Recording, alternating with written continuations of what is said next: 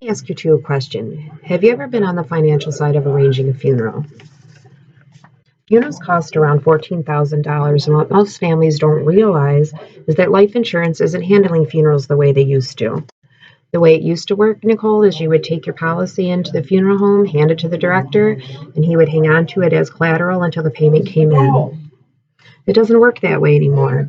Insurance companies used to have to pay a policy within 24 days. Now they hang on to it for 60 days. Now, why do you think they would do that?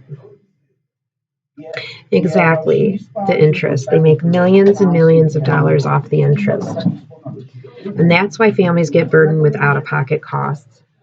Another thing that's happening is there's two companies going around buying up cemeteries and funeral homes. One is out of Texas called SCI, and the other is out of Canada called the Alderwood Group. Now, the reason why I mention this is because their goal is to become the Walmart of the funeral industry. And their corporate policy is they want 50% up front.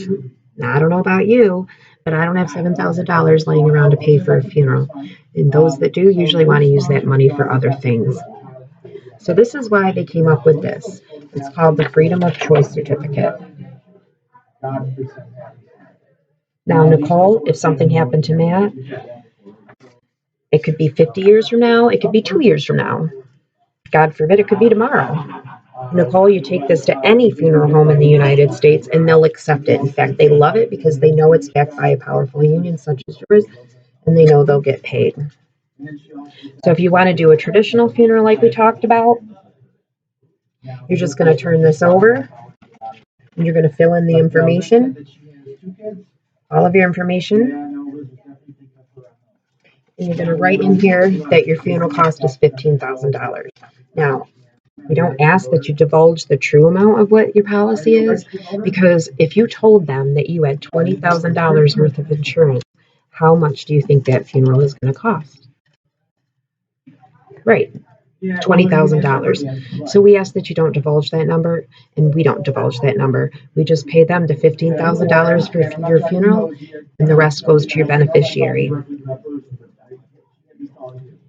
Now, this kind of works like a prearranged funeral. Have you ever heard of a prearranged funeral?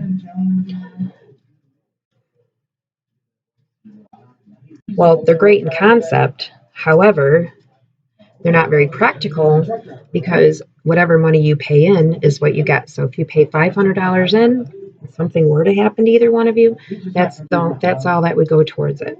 But this is kind of like a prearranged funeral because you have everything arranged. All you have to do is take this in. It doesn't matter where you go. It's permanent and it's portable. So does that make sense to you guys how that works? Do you see how important that is?